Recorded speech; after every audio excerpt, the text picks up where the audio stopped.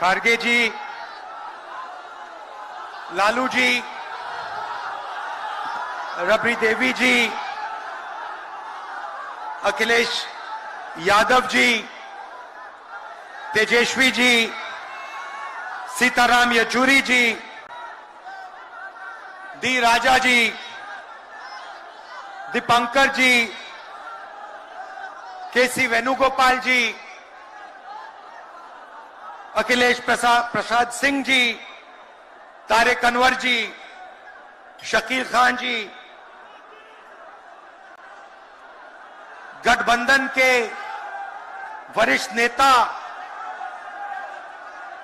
और गठबंधन के प्यारे कार्यकर्ता भाइयों और बहनों, प्रेस के हमारे मित्रों, इतने मित्र नहीं है प्रेस वाले। आप सबका यहां बहुत बहुत स्वागत, नमस्कार।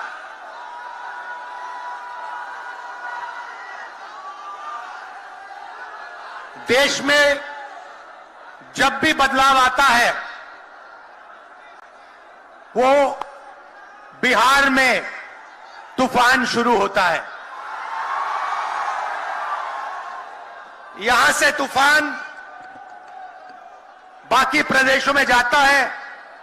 ये बिहार जो है देश की राजनीति का नर्व सेंटर है, यहां से ही शुरुआत होती है।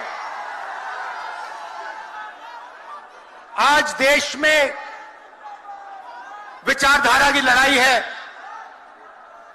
एक तरफ नफरत, हिंसा, अहंकार और दूसरी तरफ मोहब्बत, भाईचारा और एक दूसरे की इज्जत। जैसे मैंने यात्रा में कहा, अगर आप गठबंधन को समझना चाहते हो, एक लाइन में समझा जा सकता है, नफरत के बाजार में मोहब्बत की दुकान खोलते हैं हम।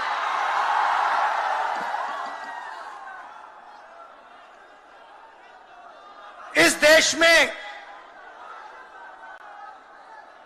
नफरत क्यों फैल रही है? यह नफरत का देश नहीं है, आप सब जानते हो। आपके दिल में, हिंदुस्तान के नागरिकों के दिल में नफरत नहीं है, मोहब्बत है, प्यार है, एक दूसरे का आदर है। तो सवाल उठता है कि इस देश में नफरत क्यों फैल रही है? भाई और बहनों, नफरत का सबसे बड़ा कारण देश में अन्याय है। अन्याय, युवाओं के खिलाफ अन्याय, आप सबके खिलाफ अन्याय, किसानों के खिलाफ अन्याय, सामाजिक अन्याय, आर्थिक अन्याय। प्रधानमंत्री जी 2-3 बड़े अरबपतियों के लिए काम करते हैं, 2-3 लोगों के लिए काम करते हैं। उनका 16 लाख करोड़ रुपया प्रधानमंत्री ने पिछले 10 सालों में माफ किया है। मैं आपसे पूछना चाहता हूं, उन्होंने हिंदुस्तान के किसान का कितना कर्जा माफ किया? हिंदुस्तान के मजदूरों का कितना कर्जा माफ किया? इसीलिए देश में नफरत फैल रही है। 40 साल से सबसे ज्यादा बेरोजगारी आज हिंदुस्तान में है। क्यों? क्योंकि बीजेपी ने छोटे व्यापारियों को, किसानों को, स्मॉल और मीडियम वाले बिजनेसेस को नष्ट कर दिया है। एक तरफ नोटबंदी की, दूसरी तरफ जीएसटी लागू की। नतीजा यह हुआ, जो लोग इस देश को रोजगार देते हैं, छोटे बिजनेस वाले, स्मॉल और मीडियम बिजनेस वाले, उन सब का काम बंद हो गया। जहां भी देखो बड़े बड़े उद्योगपतियों की मोनोपोली बन रही है। एक उद्योगपति के हाथ में हिंदुस्तान के सारे पोर्ट, एयरपोर्ट, इंफ्रास्ट्रक्चर, डिफेंस की इंडस्ट्री, सारी की सारी नरेंद्र मोदी जी ने एक उद्योगपति को पकड़ा दी। आप लोगों के लिए इस देश में कुछ नहीं बचा है। मैं आपसे सवाल पूछना चाहता हूं, इस देश में पिछड़ी जात के कितने लोग हैं?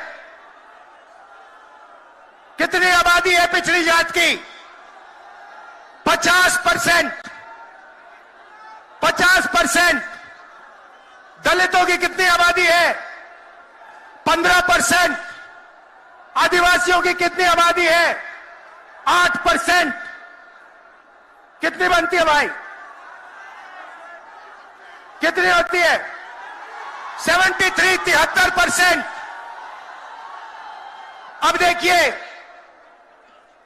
73% में से हिंदुस्तान की सबसे बड़ी कंपनियों में उनकी मालिकों की लिस्ट निकालिए, आपको एक व्यक्ति नहीं मिलेगा 73% वाला। उसके बाद मीडिया के मालिकों की लिस्ट निकालिए, बड़े बड़े इनके जो पत्रकार हैं उनकी लिस्ट निकालिए, आपको 73% में से एक नहीं मिलने वाला है। उसके बाद प्राइवेट अस्पतालों के मालिकों की लिस्ट निकालिए, स्कूल और कॉलेज जो चलाते हैं, private school, private college, private university, उनकी लिस्ट निकालिए, उधर आपको 73% का कोई नहीं मिलेगा। उसके बाद जो हिंदुस्तान को 90 ब्यूरोक्रेट चलाते हैं, आईएएस वाले, उनकी लिस्ट निकालिए, उधर आपको 3 पिछड़े वर्ग के लोग मिलेंगे, 3 दलित मिलेंगे और 1 आदिवासी मिलेगा। और अगर हिंदुस्तान की सरकार 100 रुपए खर्च करती है, बजट में अगर 100 रुपए खर्च होते हैं तो 73% की 6% की 6 रुपए की भागीदारी बनती है। तो ये जो 73% है, और उसमें अगर आप जोड़ना चाहते हो तो गरीब जनरल कास्ट के लोगों को भी जोड़ लो। इनके लिए इस देश में कोई रास्ता नहीं बचा है। पहले क्या होता था? पहले पब्लिक सेक्टर होता था, उसमें गरीबों को रास्ता मिलता था, नौकरी मिल जाती थी, सरकार में रोजगार मिल जाता था, जैसे बिहार में तेजस्वी जी ने किया, जैसे छत्तीसगढ़ में हमने किया, कर्नाटक में, तेलंगाना में हम कर रहे हैं। मगर नरेंद्र मोदी जी ने ये सारे के सारे रास्ते बंद कर दिए। सेना में आप जाते थे, वहां अग्निवीर लागू कर दिया।